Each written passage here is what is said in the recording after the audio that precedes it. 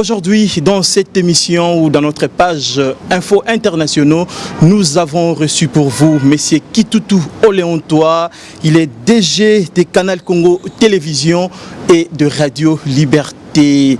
Il est journaliste en politique internationale. Nous allons d'abord devoir regarder les images de la Turquie.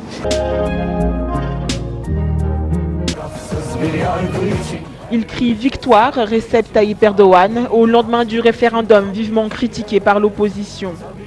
Le président turc n'a pas attendu les résultats officiels publiés dans 12 jours. Selon un dernier décompte, 51,5% des électeurs ont voté oui à la réforme constitutionnelle voulue par le chef du parti islamo-conservateur au pouvoir depuis plus de 15 ans.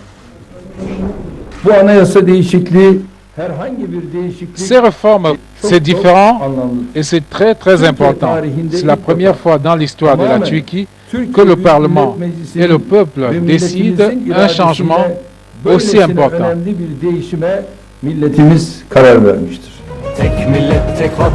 Les partis d'opposition contestent la légitimité du vote. Il faut dire que la réforme renforce considérablement les pouvoirs du président, lui permettant de potentiellement rester au pouvoir jusqu'en 2029. Plus de Premier ministre dans cet avenir tracé par l'AKP, mais un vice-président qui devrait être l'actuel Premier ministre, Binali Yildirim. Une nouvelle fois, la directrice internationale d'Amnesty en Turquie et 5 autres militants de l'ONG restent derrière les barreaux à Istanbul dans l'attente de leur procès. De retour sur ce plateau, M. Kitutu Oléontois, bonjour. Bonjour. Nous vous avons reçu aujourd'hui comme expert, journaliste expert en politique internationale. Et par rapport aux images que nous venons de regarder du référendum de la Turquie, quelle analyse faites-vous par rapport à la politique de la Turquie? Bien. Je pense que pour parler de ce fameux référendum constitutionnel qui a renforcé le pouvoir du président Erdogan, je crois il faut un tout petit peu rappeler l'histoire récente, ce qui vient de se passer en Turquie. Eh bien, la Turquie traverse aujourd'hui une période très critique de son histoire. Cette période est marquée par, si vous voulez, la révolution du Daesh. Tout le monde connaît ce que c'est que le Daesh, d'une part. Et d'autre part, la Turquie est aussi confrontée par les revendications du parti des travailleurs du Kurdistan. Voilà le fond dans lequel il faut situer un peu la crise qui a prévalu, qui prévaut encore aujourd'hui en Turquie. Et le boom de cette crise a été la tentative du coup d'État, la tentative violente du coup d'État du 15 juillet 2017 et qui a amené la Turquie à basculer, si vous voulez, dans une espèce d'état d'urgence. Pas dans une espèce, mais dans l'état d'urgence. Parce que c'est en réaction à cette tentative violente du coup d'État que les autorités turques ont pris des mesures qui se traduisent par la restriction de la liberté et par la proclamation de l'état d'urgence. N'est-ce pas? Et dans la foulée de ces mesures, restriction de liberté, proclamation de l'état d'urgence, les autorités turques ont été amenées à prendre plusieurs mesures accompagnant cette restriction et cette proclamation de l'état d'urgence. C'est entre autres l'arrestation des personnalités politiques. C'est entre autres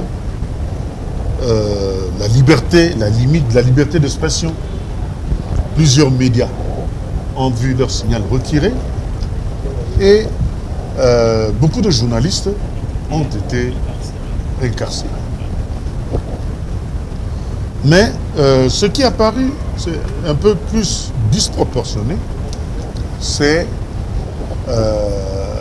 la réforme constitutionnelle que le président Erdogan, avec ses collaborateurs, avec ses partisans, ont proclamé. Ils ont reformé la Constitution et ils ont donné, disons, le pouvoir accru au président Erdogan. Et tout cela, toutes ces mesures, restriction de la liberté, proclamation de l'état d'urgence, réforme constitutionnelle, paraissent aux yeux des observateurs comme une espèce de dérive autoritaire. N'est-ce pas? Et comme vous le savez, la Turquie est candidate à l'adhésion à l'Union européenne. Et toutes ces mesures que la Turquie vient de prendre, c'est-à-dire spécialement M. Erdogan et son clan, ne permettent pas à ce que le dialogue relatif à l'adhésion de la Turquie à l'Union européenne puisse se dérouler dans des conditions normales. Surtout que la restriction de la liberté, la restriction des droits de l'homme sont autant des idéaux que l'Union européenne considère comme essentiels, comme valeur de base de la communauté européenne. Voilà donc en gros ce qui s'est passé. Nous pourrions même, si vous souhaitez que nous allons plus loin, évoquer les conséquences de tout ce qui vient de se passer en Turquie. Il y a bien sûr des conséquences politiques. Les conséquences politiques, permettez que je consulte mes notes parce qu'il s'agit d'un dossier délicat, il s'agit de dire n'importe quoi. Donc les conséquences politiques, c'est principalement ce qui est considéré comme la répression des ennemis de Erdogan et si vous voulez, la mise, si vous voulez, sous coupe de la démocratie en Turquie. Aujourd'hui, les observateurs considèrent que l'opposition en Turquie est complètement muselée. Et en conséquence donc, il y a une espèce d'un son de cloche univoque qui prévaut en Turquie. Et sur le plan politique aussi, certains observateurs mettent même en doute le bien fondé de cette, disons, de ce coup d'État qui a provoqué tout ceci, de cette tentative de coup d'État. Les gens disent que c'était une espèce de coup monté de Erdogan lui-même et de son clan pour mettre dans l'ombre ses opposants. Voilà donc sur le plan politique, globalement. Mais sur le plan économique aussi, il y a eu des répercussions. À la suite de la tentative de coup d'État et de toutes les mesures que Erdogan a prises, la bourse d'Ankara, la bourse d'Istanbul plutôt, avait perdu beaucoup de points. C'est-à-dire que les valeurs turques, sur le plan international, sur le plan économique, avaient perdu de leur valeur. Voilà donc, en gros, dans quelle ambiance se trouve aujourd'hui la Turquie. Alors, M. Kitutu, vous êtes, en étant journaliste, expert en politique internationale, vous ne trouvez pas que la politique d'Erdogan, c'est une politique de dictateur? Bon, sur ce que pensent beaucoup d'observateurs, ce n'est pas vraiment encore la dictature pure, mais c'est considéré comme déjà une grosse dérive dictatoriale. Presque, hein, que ce qui se passe en Turquie aujourd'hui n'est plus vraiment à considérer comme étant un État démocrate. La Turquie, avec la restriction de la liberté, avec l'état d'urgence, avec le procès qui s'est ouvert en Turquie contre, si vous voulez, ceux qui ont été présentés comme les auteurs de la tentative du coup d'État, eh bien, ce qui est le plus dit, c'est qu'on ne parle pas encore de la dictature, on parle d'une dérive autoritaire. Les trouvez-vous normal un président qui a déjà fait 15 ans de pouvoir et après avoir remporté le référendum, il va encore rester au pouvoir jusqu'en 2029? Comment les trouvez-vous? Non, il faut quand même ne pas perdre de vue que de façon légale, Erdogan a été élu en 2014 pour un mandat de 10 ans. Ça, c'est leur constitution. C'est pour un mandat de 10 ans. Mais au cours de ce mandat, il devait aller jusqu'à 2024.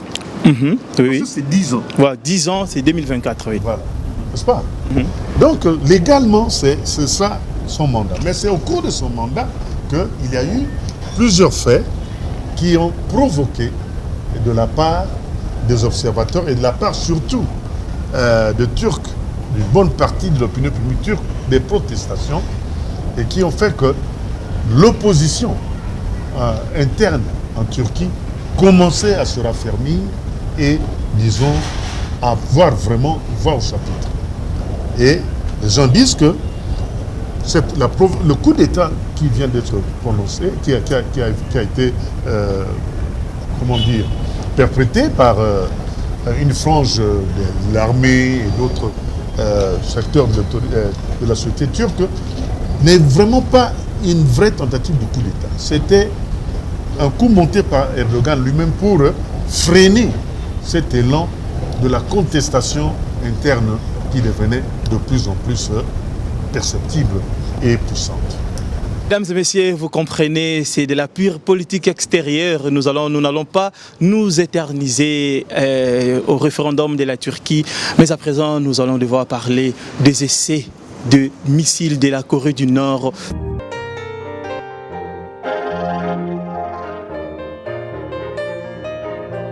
La Corée du Nord a tenté d'effectuer un nouveau tir de missile mais a échoué. Le Pentagone a confirmé l'information, ajoutant que le missile a presque immédiatement explosé. Le type de missile testé reste à établir. Cette tentative de lancement de missiles intervient au lendemain d'un grand défilé militaire organisé dans la capitale nord-coréenne pour marquer l'anniversaire de la naissance du fondateur du pays. Une manifestation au cours de laquelle de nouveaux missiles balistiques ont été exhibés. Pyongyang a tenté de lancer ce missile depuis le site de Sinpo, une ville portuaire du pays. Pyongyang attaque, Washington contre-attaque et l'imminence d'une menace est de plus en plus grandissante. Vendredi, la Corée du Nord a tiré un missile intercontinental et affirme avoir désormais la capacité de frapper tout le territoire américain. Le test du missile intercontinental est destiné à envoyer un sévère avertissement aux États-Unis qui multiplient les remarques insensées, agitent frénétiquement des sanctions et une campagne visant à faire pression sur Pyongyang. C'est le deuxième test de missile balistique intercontinental nord-coréen en moins d'un mois. Et dans ce contexte de crise, l'armée américaine a annoncé ce dimanche avoir testé avec succès l'interception d'un missile balistique à portée intermédiaire. La dissuasion politique est au cœur de cette escalade militaire et face aux multiples provocations de Kim Jong-un, Washington, avec une force rapide, létale et écrasante, au moment et à l'endroit que nous déciderons. Le président des États-Unis poursuit et reproche à la Chine, depuis son compte Twitter, de laisser la Corée du Nord développer son arsenal militaire. Je suis très déçu par la Chine. Nos stupides et anciens dirigeants l'ont laissé engranger des milliards de dollars par an. Pourtant, ils ne font rien pour nous au sujet de la Corée du Nord, hormis le fait de parler. Le Japon s'est engagé aux côtés des États-Unis à accroître la pression économique et diplomatique sur Pyongyang, une façon d'affirmer sa fidélité à son allié américain. Une déclaration qui intervient à point nommé car pour la première fois, des représailles militaires sont ouvertement exprimées par la Maison-Blanche.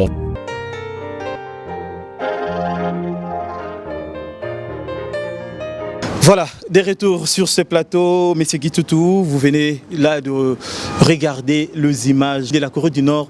Oui, bien sûr. Je pense que Aujourd'hui, les essais nucléaires de la Corée du Nord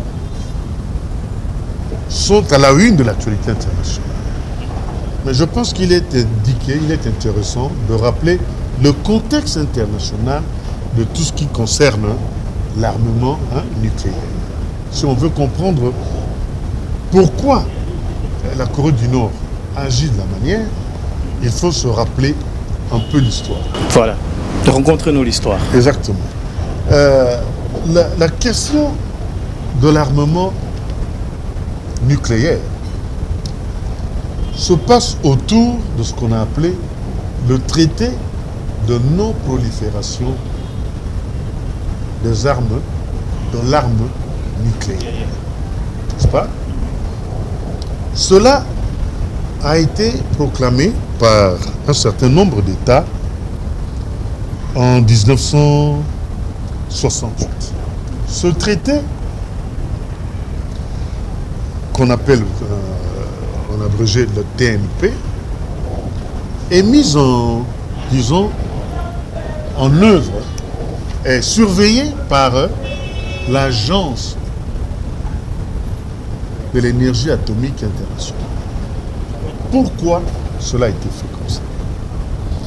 Parce que, à l'issue déjà de la Seconde Guerre mondiale, les États-Unis ont été les premiers à avoir l'arme nucléaire. Je crois, vers les années 1900. Vous vous rappelez aussi que les États-Unis ont bombardé Hiroshima et Nagasaki au Japon. Et les États-Unis sont les premiers à se doter de l'arme nucléaire. Et cela dès la seconde moitié des années 40, c'est-à-dire vers 49. Et après les États-Unis, c'est, je vais lire un peu dans l'ordre dans mes notes, l'Union soviétique en 1949 se dote de l'arme nucléaire. En 1952, le Royaume-Uni se dote de l'arme nucléaire. La France en 1960. Et enfin, en Chine, la Chine en 1964. Voilà les pays, et tous ces pays, si vous êtes au courant de ce qui se passe sur le plan international, sont les pays membres du Conseil de sécurité de l'Organisation des Nations Unies.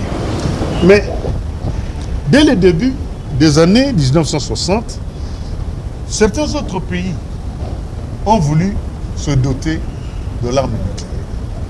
Mais ces pays-là, les 5 que je viens de vous citer, se sont rendus compte du danger de cette prolifération. Et ils ont, dans le cadre des Nations Unies, mis en place le fameux traité de non-prolifération des armes, de ce qu'on appelle le TNP, le traité de non-prolifération de l'arme nucléaire. Et ce traité a été signé, entre autres, pour couper court, pour ne pas prendre trop de temps, par la Corée. La Corée du Nord. La Corée du Nord. N'est-ce pas? La Corée du Nord s'était engagée aussi à ne pas procéder à la prolifération de l'arme nucléaire, c'est-à-dire à ne pas procéder aux essais, à ne pas se doter de l'arme nucléaire. Mais entre-temps, il y a eu des pays non signataires qui se sont arrangés pour faire des essais et se doter de l'arme nucléaire. Entre autres, le Pakistan et l'Inde. Et on le dit de façon peut-être un peu sous couvert, Israël. Alors, les Coréens du Nord, en face de tout cela, se sont dit pourquoi eux, ils resteront en marge et ils se retireront du traité. N'est-ce pas? Et disons qu'ils se retirent du traité, mais qu'ils vont quand même essayer de respecter une partie des termes de ce traité en utilisant l'énergie nucléaire pour des besoins pacifiques. Mais malheureusement, ils ont fait des essais balistiques avec des fusées qui portaient des ogives nucléaires. C'est ainsi que le monde extérieure s'est coalisée contre cet esprit de la Corée du Nord avec ces essais qui ont en fait mis en quelque sorte en danger la sécurité de la péninsule coréenne. Les États-Unis sont des grands alliés du Japon. Les États-Unis sont des grands alliés de la Corée du Sud. Et c'est ainsi que ces essais de la Corée du Nord sont particulièrement, disons, vilipendés par les États-Unis. Voilà, en gros, comment nous pouvons comprendre cette affaire. Il est d'abord question de la protection des intérêts de ces grandes puissances, en premier lieu, mais secondairement, il est aussi question de la protection du monde contre des possibles ravages de l'arme nucléaire si sa détention proliférait entre des nations qu'on considère un peu comme belligérantes, des nations qu'on considère un peu comme, disons, irresponsables et dangereuses. Et la Corée du Nord fait partie de ces États, de ces nations qu'on considère un peu comme, disons, un peu va en guerre et irresponsables. Alors, vous, en étant journaliste expert en politique internationale, prenons l'exemple si vous étiez le président des États-Unis et que la Corée du Nord essaie ses missiles. Vous voyez, il y a eu ce grand débat, ce bras de fer entre le président coréen et le président américain, des échanges de propos extrêmement, disons, chauds. Les Coréens qui disaient qu'ils étaient prêts à attaquer le territoire américain, et le président Trump qui leur disait s'ils osaient le faire, ils connaîtront ce qu'ils connaîtront, c'est-à-dire le feu et la colère des États-Unis, et que les États-Unis étaient prêts à les réduire et tout. Bref, il y a eu ces échanges de mots qu'on a considérés comme étant vraiment très dangereux. Donc le président américain s'est considéré comme non seulement le défenseur, entre autres, de ce fameux traité, mais surtout du territoire américain, parce que les missiles que les Coréens du Nord ont essayés sont aujourd'hui capables d'atteindre le territoire américain. Voilà pourquoi le président américain, Donald Trump, s'est présenté un peu comme, disons, le porte-étendard de ceux qui veulent combattre, disons, ces efforts de la Corée du Nord de se doter d'une arme nucléaire encore un peu plus performante. Et ne voyez-vous pas que tous ces conflits risquent de déclencher la Troisième Guerre mondiale? Non, je ne pense pas que les autorités nord-coréennes, ainsi que ceux de l'autre camp, généralement avec en tête les États-Unis, l'OTAN et tous les restes, sont inconscientes de ce que représente aujourd'hui un conflit nucléaire. Je pense que, d'ailleurs, depuis ces propos très durs de Trump et de Kim Jong de la Corée du Nord, beaucoup d'eau a coulé sous le pont et je crois qu'on est revenu à des sentiments un peu moins belliqueux. La Chine a invité la Corée du Nord à ne pas aller trop loin. Je crois que vous savez aussi qu'en Europe, je crois, il y a eu des déclarations de Dame Angela, chancelier allemand, qui a aussi invité les Américains à l'apaisement. Je pense que les temps sont maintenant à l'apaisement plutôt que vraiment à la recherche à tout prix d'une confrontation. Alors s'il faudra dire un mot au président de la Corée du Nord, que pourriez-vous lui dire? Mais, vous savez, il faut être un peu aussi juste. Bien sûr, il y a le traité de non-prolifération de l'arme nucléaire. Entre-temps, il y a des États qui disposent de cette arme nucléaire, ce qui est une forte dissuasion par rapport aux autres. N'est-ce pas? Il est indiqué que cela se limite à cela. Mais les autres qui n'en ont pas, face à ceux qui en ont, quelle est leur attitude?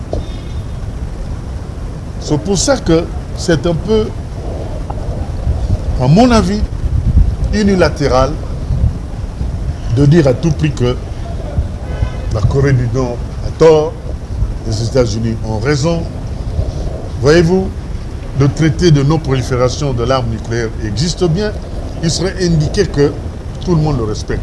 Mais ce qui serait indiqué pour apaiser les autres qui n'ont pas l'arme nucléaire, c'est que les traités sur la destruction de ces armes nucléaires à la disposition de la Russie aujourd'hui, oui, à la disposition des États-Unis, à la disposition de la France, de la Grande-Bretagne, et que toutes ces armes-là soient détruites selon le plan qu'ils ont eux-mêmes mis en place dans le cadre de l'Organisation des Nations Unies. Donc si cela arrivait, peut-être on peut alors dire que la Corée du Nord a totalement tort, alors que les autres sont en train de détruire leurs armes. La Corée du Nord est en train, elle, d'en créer. Aujourd'hui, tel n'est pas le cas. Donc il faut bien avoir en présence tous ces éléments-là pour bien apprécier la situation. Voilà, mesdames et messieurs, nous sommes arrivés pratiquement à la fin de notre entretien, mais avant de vous quitter complètement, M. Kitutu Oléontoa, avez-vous un message à lancer au président des États-Unis, Donald Trump, et au président de la Corée du Nord? Mais vous savez, nous sommes, nous, des pays démunis par rapport à ces puissances-là. Aujourd'hui, s'il y avait une guerre nucléaire, eh bien, sachez que nous, ici au Congo, nous en ressentirions les effets. Donc nous serons victimes malgré nous-mêmes. Donc s'il faut dire quelque chose à ces deux personnalités, à notre petite dimension de Congolais, eh bien, nous devons simplement les inviter à la sagesse. Nous devons les inviter à la, disons, pas à la réconciliation parce qu'ils n'ont pas encore fait la guerre, mais à concilier les intérêts des uns et des autres pour qu'on n'en arrive pas à ce qui sera pour le monde une catastrophe irrémédiable. Voilà, mesdames et messieurs, nous sommes arrivés pratiquement à la fin de notre entretien. Monsieur Kitutu Oléontoa, merci pour votre disponibilité. C'est moi qui vous remercie pour me donner l'occasion de m'exprimer sur un point qui intéresse l'opinion internationale, même notre pays, même si nous n'avons pas vraiment de quoi nous prévaloir par rapport au TNP, c'est-à-dire au traité de non-prolifération. Voilà, permettez-moi de vous rappeler que nous avons parlé de la situation du référendum de la Turquie et de la situation qui traverse la Corée du Nord face aux États-Unis. Merci de nous avoir suivis et bonne suite des programmes sur les antennes des Canal Congo Télévision. Au revoir.